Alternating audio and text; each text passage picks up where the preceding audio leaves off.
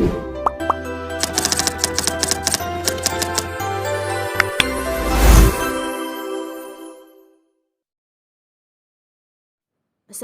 dan selamat petang. Sebelum saya memulakan pembentangan pada hari ini, saya ingin perkenalkan ahli kumpulan daripada kumpulan saya. Yang pertama, Ardina Mirza. Yang kedua, Emilia Farhaniza. Yang ketiga, Nur Hidayatul Ashikin. Dan yang terakhir sekali ialah Fira Nur Hanani. Penggunaan logo halal adalah suatu bentuk pembuktian bahawa produk yang ditawarkan oleh sesebuah organisasi telah disahkan melalui proses pengauditan dan pengesahan halal oleh pihak berkuasa pensijilan halal. Meskipun logo halal di Malaysia telah diselaraskan, namun bagi produk yang dikilangkan di luar Malaysia, sijil halal dikeluarkan oleh Badan Pensijilan Halal yang diiktiraf oleh JAKIM di negara tersebut dengan pelbagai variasi logo halal yang masih menimbulkan kekeliruan kepada para pengguna, terutamanya pengguna Muslim. Objektif kajian ini adalah untuk mendapatkan maklumat mengenai pengetahuan dan sikap pengguna Muslim terhadap karakteristik logo halal luar negara yang diiktiraf oleh JAKIM di Malaysia. Pendekatan kajian ini melibatkan kaedah pengumpulan data melalui sorotan literatur daripada kajian-kajian lepas yang terdiri daripada pandangan para sarjana dalam pengetahuan dan persepsi terhadap logo halal dari sumber sekunder iaitu jurnal dan buku. Berdasarkan kajian-kajian lepas, didapati kebanyakan kajian memberi fokus kepada pengetahuan dan persepsi pengguna Muslim terhadap logo halal Malaysia dan hanya sebilangan kecil kajian memberi penekanan terhadap pengetahuan dan persepsi pengguna Muslim. Pelbagai variasi logo halal luar negara yang diiktiraf JAKIM di Malaysia. Dapatan yang diperolehi diharap membuka lebih banyak peluang kajian berkaitan pengetahuan dan persepsi pengguna terhadap logo halal luar negara dan membuka penggunaan halal di Malaysia. Seterusnya, syarat-syarat untuk mendapatkan pengesahan logo halal. Setiap produk pengeluaran makanan di Malaysia mestilah memenuhi syarat yang ditetapkan oleh pihak lembaga JAKIM sebelum permohonan logo halal dibuat dan dihantar bagi tujuan penyelidikan. Maka syarat utama adalah perniagaan mestilah berdaftar terlebih dahulu dengan Suruhanjaya Syarikat Malaysia SSM dan mempunyai nombor sirim yang sah. JAKIM akan menentukan kategori yang sesuai untuk sijil halal yang dipohon berdasarkan kod syarikat yang didaftarkan di SSM. Oleh itu, setiap syarikat perniagaan perlu pastikan kod syarikat selari dengan operasi perniagaan. Syarat kedua pengesahan logo halal adalah perniagaan mestilah memiliki lesen atau kelulusan dari pihak berkuasa tempatan PBT. Seterusnya, perniagaan perlu beroperasi sepenuhnya sekurang-kurangnya 3 bulan sebelum buat permohonan sijil halal. Antara kerja yang paling memakan masa semasa mendapatkan pensijilan halal adalah pengumpulan sijil halal bahan mentah. Tambahan pula, pemohon tidak pernah ada senarai bahan mentah yang dipakai perlulah dicatat dengan baik semula. Maka semakan senarai bahan mentah amat penting untuk memastikan ia halal dan selamat digunakan. Perniagaan mestilah mengeluarkan atau mengendalikan produk yang halal sahaja. Tegasnya, nama syarikat, produk atau minum mestilah tidak mengandungi perkataan halal sebagai sebahagian dari nama perniagaan bagi mengelakkan kekeliruan kepada orang awam. Logo halal yang telah disahkan pertama akan mendapat sijil pengesahan daripada pihak JAKIM. Yang kedua, di setiap logo itu dia ada simbol dan tempat yang mengesahkan logo itu telah disahkan oleh JAKIM dan mempunyai nombor sirim. Dan yang akhir sekali, bahagian bawah ini adalah logo antarabangsa yang telah disahkan oleh JAKIM untuk masuk ke pasaran Malaysia. Sekarang saya akan menerangkan isi pertama iaitu peningkatan kesedaran mengenai kualiti, kesihatan dan makanan yang selamat. Makanan dapat kita tafsirkan termasuklah tiap-tiap barang yang dikilangkan, dijual atau digambarkan untuk kegunaan makanan atau minuman yang diperlukan untuk keperluan manusia. Apabila halal dikaitkan dengan makanan dan minuman, maka halal di sini membawa maksud dibenarkan makan dan minum dalam Islam. Seperti ayat yang telah diterangkan dalam surah Al-Baqarah ayat 168, Allah menjelaskan, "Wahai sekalian manusia, makanlah dari apa yang ada di bumi yang baik yang halal dan baik, dan janganlah kamu ikut jejak langkah syaitan, kerana sesungguhnya syaitan itu ialah musuh yang terang nyata bagi kamu. Seperti yang kita dapat lihat di slide sekarang, ini adalah ciri-ciri makanan yang dibenarkan dalam Islam, iaitu yang pertama, tidak terdiri daripada atau mengandungi apa-apa bahagian atau benda dari binatang yang tidak dibenarkan oleh syarak untuk orang Islam memakannya atau yang disembelih dengan cara yang tidak mengikut hukum syarak. Yang kedua, tidak mengandungi bahan yang dihukum najis oleh hukum syarak. Yang ketiga, tidak memabukkan mengikut hukum syarak. Yang keempat, tidak mengandungi mana-mana bahagian anggota manusia atau asilan daripada yang tidak dibenarkan syarak. Tidak beracun atau memudaratkan kesihatan. Proses penyediaan, pemprosesan dan penghilangan adalah dengan menggunakan peralatan yang bebas dari benda-benda najis. Dan yang terakhir, semasa proses penyediaan, pemprosesan dan penyimpanan, bahan makanan hendaklah tidak bersentuhan atau berdekatan dengan apa-apa. Maka dapat kita simpulkan bahawa logo halal memainkan peranan yang sangat penting dalam menentukan keluasan pasaran sesuatu produk. Ini kerana logo halal dapat kita tafsirkan sebagai tali pengukur kepada penentu bagi pembeli dalam membuat keputusan untuk membeli sesuatu produk itu ataupun tidak. Dengan adanya logo halal tadi, pembeli akan lebih yakin terdapat sesuatu produk itu kerana mereka dapat simpulkan bahawa dengan adanya logo halal tadi, makanan tersebut selamat dan boleh dimakan, lebih-lebih lagi untuk pengguna yang beragama Islam.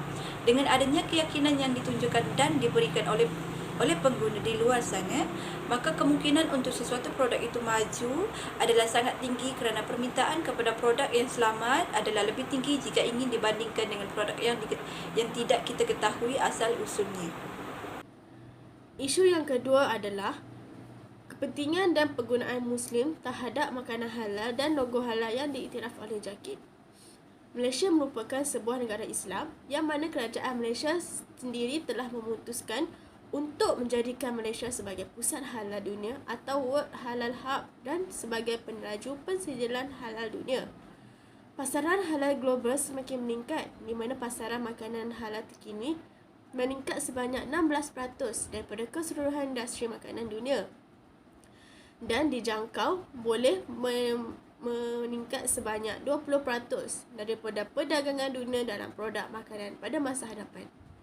Pasaran makanan halal di Malaysia dianggarkan boleh mencecah 1,856 bilion setiap tahun. Pasaran halal yang meningkat ini juga dipengaruhi oleh pertumbuhan sektor premis makanan yang wujud pada hari ini. Pengguna Muslim yang mempunyai kuasa besar dalam memainkan peranan penting dalam menentukan permintaan terhadap produk makanan Malaysia. Permintaan dari penggunaan Islam terhadap makanan halal yang telah mencecah sehingga 16 milion secara tidak langsung boleh mengubah cara hidup populasi Muslim di Malaysia. Para pengusaha dan pengeluar produk makanan, kini sama ada Muslim maupun bukan Muslim, berusaha untuk mendapatkan pensijilan halal kerana mereka maklum bahawa agama merupakan faktor yang sangat penting dalam pemilihan makanan oleh pengguna. Setengah peniaga bukan Islam hanya mengambil kesempatan terhadap logo halal. Ini kerana mereka hanya mahu mengaut keuntungan. Walaupun sudah diiktiraf halal, namun masih terdapat segelintir pengusaha bertindak mengaburi pelanggan Muslim dengan menggunakan produk yang nyata haram, tetapi berselindung di sebalik sijil haram yang telah diperolehi. Hal ini perlu diatasi segera, terutamanya di negeri Pulau Pinang yang mempunyai populasi bukan Muslim yang ramai. Seterusnya, membolehkan mereka mengeksploitasi makanan halal di pasaran. Pada topik besar kita, benarkah logo halal dapat memperluaskan pasaran sesuatu produk? Sebenarnya, Malaysia telah kehilangan banyak peluang dalam industri ini kerana daripada 200,000 syarikat yang terlibat, hanya 8,000 syarikat yang telah memiliki sijil halal. Persoalannya, kemanakah perginya syarikat-syarikat yang lain? Mereka sebenarnya sudah terkeluar daripada rantaian bekalan dalam industri yang bernilai tinggi itu. Jika mereka mahu menembusi pasaran global, syarikat tempatan perlulah memiliki sijil halal yang diiktiraf daripada badan wajib sebelum mengeksport makanan tersebut ke luar negara. Sehubungan itu, HDC akan libatkan mereka untuk pelan jangka pendek dan juga dalam tempoh yang panjang. Logo halal Malaysia sudah diterima oleh 84 badan persijilan daripada 46 buah negara, dan daripada kajian yang dijalani HDC, ini adalah satu jumlah yang agak besar. Jika pengesahan logo halal ini boleh disamakan dengan pasport, maka logo halal ini telah diterima oleh 46 buah negara di seluruh dunia. Ini menunjukkan perkembangan industri halal Malaysia telah mencatat pencapaian yang membanggakan di pasaran global. HDC bersama JAKIM akan terus menggiatkan usaha untuk menambahkan lagi bilangan negara. Dari segi pasaran pula, liputan perhubungan logo halal negara telah menguasai kira-kira 26% di seluruh dunia. Apabila kita melancur ke luar negara, kita dimandangkan untuk membeli makanan daripada bangsa lain, kerana Islam tidak mengajar umatnya untuk memilih produk berdasarkan bangsa atau kaum tertentu, kerana Islam menekankan kepentingan membeli barangan secara halal serta bersih. Seterusnya, ini adalah contoh logo halal daripada beberapa buah luar negara. Isu ketiga, kebersihan dapat menjamin pengguna dalam membeli produk. Contoh yang disebut dalam saintis para kajian yang terkenal bahawa darah merupakan medium yang paling mudah menyebabkan pertumbuhan bakteria di dalam tubuh manusia akan lebih terdedah kepada jangkitan dan penyakit yang berbahaya apabila memakan daging yang dimatikan dengan kaedah sedemikian rupa. Penyembelihan haiwan halal adalah berbeza. Urat leher utama haiwan tersebut akan dipotong dan menyebabkan darah tekanan yang tinggi di dalam urat. Oleh itu, jantung haiwan akan terus mengepam sehingga semua darah dari badan disingkirkan dan hanya daging yang tersisa. Di dalam proses ini, pencemaran tidak akan berlaku dan daging yang bersih, suci, asli dan halal dapat dihasilkan. Seterusnya, kita akan hanya menumpukan pada proses penyembelihan haiwan yang halal. Di dalam proses makanan tidak halal, tukang daging biasanya menyembelih haiwan dengan memotong kepalanya sahaja dan memberikan kejutan elektrik atau sebagainya. Perkara ini sering berlaku terutamanya bagi penyembelihan ayam. Semasa melalui proses ini, jantung haiwan akan berhenti untuk mengepam darah. Apabila tiada daya haiwan untuk bergerak, darah haiwan tersebut akan bertakung di dalam sebahagian urat danateri. Proses ini akan menyebabkan daging haiwan oleh darah dan daging haiwan akan terjejas dan tidak bagus untuk dimakan. Seterusnya, penggunaan logo halal adalah satu bentuk pembuktian bahawa produk yang ditawarkan oleh sesebuah organisasi atau masyarakat atau syarikat tersebut telah disahkan melalui proses pengauditan dan pengesahan halal oleh pihak berkuasa, iaitu pihak berkuasa persijilan halal.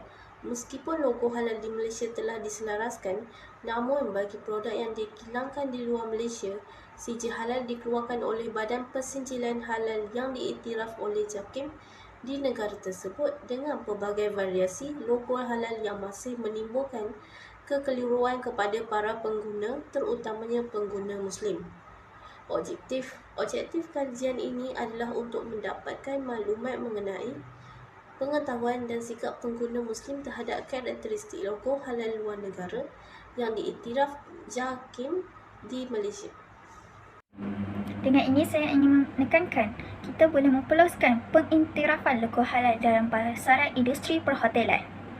Menurut berita Surat Khabar Sinar Harian pada hari Rabu tanggal 12 September 2007 telah menyatakan bahawa majoriti hotel tidak ada logo halal JAKIM.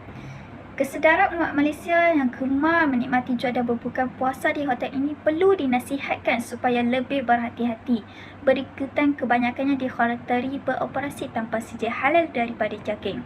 Terutamanya apabila majlis-majlis besar dilaksanakan, pengajar majlis kurang menitik beratkan pengesahan logo halal untuk tempahan makanan di dalam industri perhotelan ini.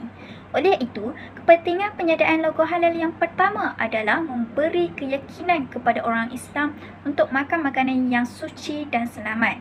Sikap segelintir golongan masyarakat yang ingkar terhadap tuntutan agama undang-undang Islam perlu didakwa dengan hukuman yang tegas. Masyarakat Islam mengambil serius akan status halal dan haram sesuatu produk yang digunakan kerana ia adalah tuntutan agama yang perlu dipatuhi serta amat berkait rapat dengan kualiti hidup serta ibadah. Akhir sekali, produk atau perkhidmatan yang ditawarkan kepada pengguna perlu dititikberatkan oleh semua pihak di Malaysia, khususnya industri perhotelan. Masyarakat juga perlu membuat penyelidikan akan status halal sebelum membuat tempahan makanan. Tuntasnya, sektor perhotelan juga perlu mempunyai logo halal untuk menjamin kebersihan dan keselamatan ke atas umat Islam. Akhir sekali adalah rumusan.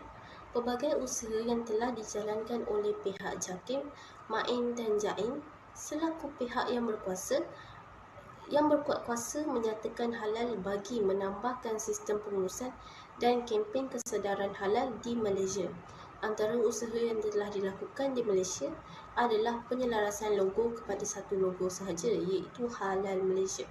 Selain itu, JAKIM juga telah memperkenalkan aplikasi mudah alih asli yang disebut MyJAKIM yang boleh digunakan di telefon pintar dan tablet komputer sesuai dengan peredaran zaman. Antara 7 modul yang disediakan oleh MyJAKIM adalah Directory Halal dan logo halal diiktiraf, Islam.government.my. Pendekatan kajian ini yang melibatkan kaedah pengumpulan data melalui sorotan literature daripada kajian-kajian lepas yang mendapati kajian berkaitan pengetahuan dan persepsi pengguna Muslim terhadap logo halal luar negara yang diiktiraf JAKIM di Malaysia masih tidak mencukupi. Oleh itu, penggunaan logo halal diharap membuka lebih banyak peluang kajian berkaitan pengetahuan dan persepsi pengguna terhadap logo halal luar negara dan memperkasa kepenggunaan halal di Malaysia.